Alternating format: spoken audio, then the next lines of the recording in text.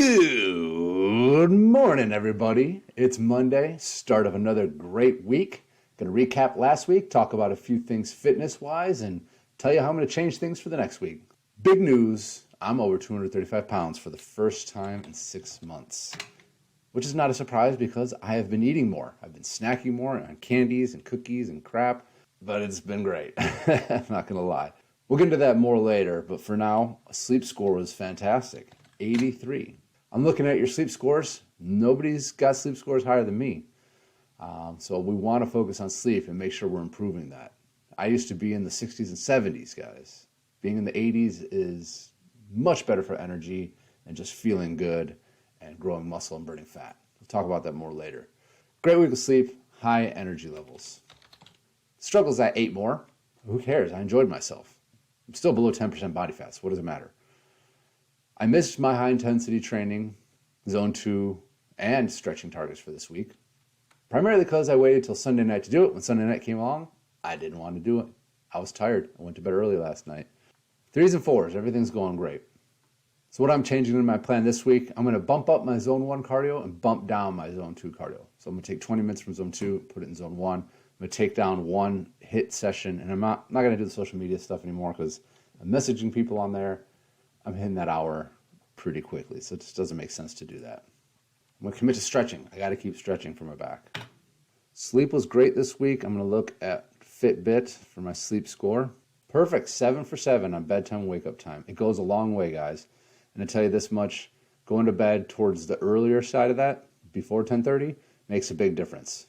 I did 6 cold plunges. I hit my steps. I'm on a 35-day streak or so. I only hit 2 on the social media. It's just not working for me. I'm not going to do that anymore. I'm going to continue to limit my browsing. I don't need to browse, but I do need to message people on there. So I'm answering fitness questions, talking to people about my program. So I got to be able to do that. Did my workouts, 212. Love those zone 1 guys. Go over on zone 1. I missed my high intensity. I meant to do it. I waited until Sunday night to get one more in and I didn't have it in me. I got a lot of sun over the weekend. I was just wiped out from that on Sunday evening. I don't know about you guys, but my pale skin, if I'm in the sun for a while, it wears me out. I mean, it's just an added stressor. Your body needs to recover from that sun exposure. So to do more cardio on top of that, you're just going to dig yourself into a bigger hole than you can recover from. So I'm glad I went to bed early, but I need to be better about my stretching. I need to stay on top of that. I don't want my sciatica to come back. So there you go, under 90%. Still, consistently in the 80s, 90s, 100s. Let's talk about sleep, guys. This is very important. If you're not getting quality sleep, you're not going to be performing at your best. And a good rule of thumb is if you need an alarm to wake up every morning, you're not doing it right. I use an alarm as like a safety protocol. I'm usually awake before my alarm goes off. So go to bed. Start with set your wake up time. What time do you need to get up for work? What time do you need to get up to do whatever you need to do? Set your bedtime based off that. Give yourself 8 hours. Because if you go to bed 8 hours beforehand, you're probably tossing, turning, awake at some point for an hour. So you're going to get 7 hours of sleep. Some people may need less. Some people may need more. But again, if you're relying on your alarm to wake up, you probably aren't getting enough sleep. Cut your caffeine out at the beginning of the day. Rely on your natural hormones to wake you up. That's going to help more with energy and just getting rid of a caffeine dependency. Definitely don't have caffeine in the evening. Same with alcohol. That's going to disrupt your sleep. I group caffeine and alcohol together.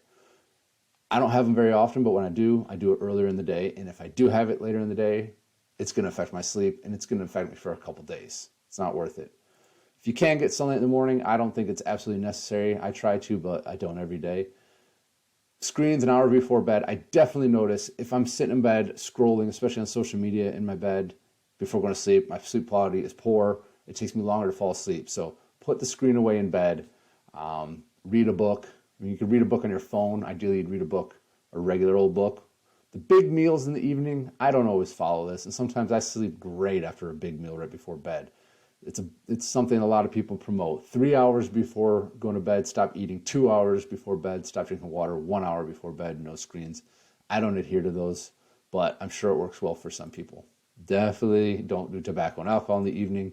Don't do an intense workout 3 hours before bed. Again, some people can do it and be fine.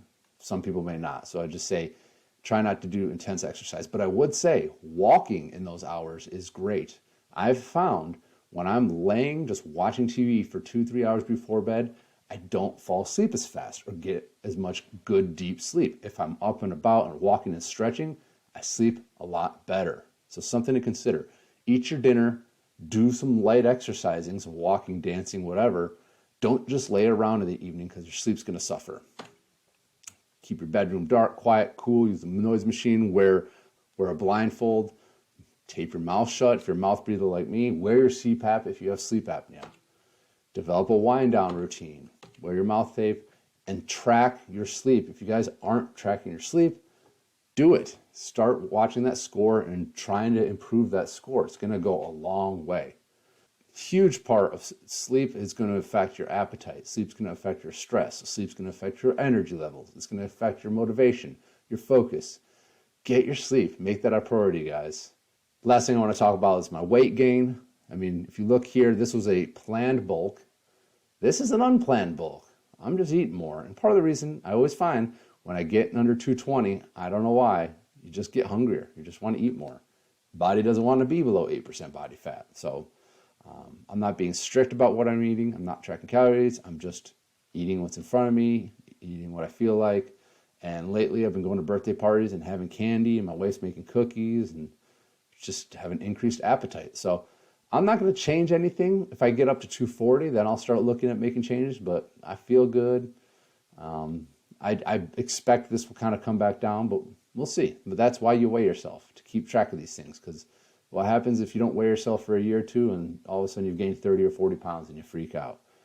The last thing I'll touch on is missing my zone 2 cardio and high intensity training. I put it off till Sunday night. And that's what happens. If you put your workout, whatever needs to be done, the important things you want to get done, if you put it out towards the end of the day or put it off towards the end of the week, you end up skipping it because you don't feel like doing it. So make sure anything that's important, do it earlier in the day. Do it earlier in the week. Get your steps in earlier in the day. Get your protein in earlier in the day. Get your water in. That's why we do these things throughout the day, so you're not trying to hit a number at the end of the day and kicking yourself because you missed it. So not a huge deal. I like to hit everything. I'd like to be 100%, but in this case, I favored sleep. I favored rest and recovery. Could have forced it. If I was short on steps, I would have hit that because I want to keep my step streak going.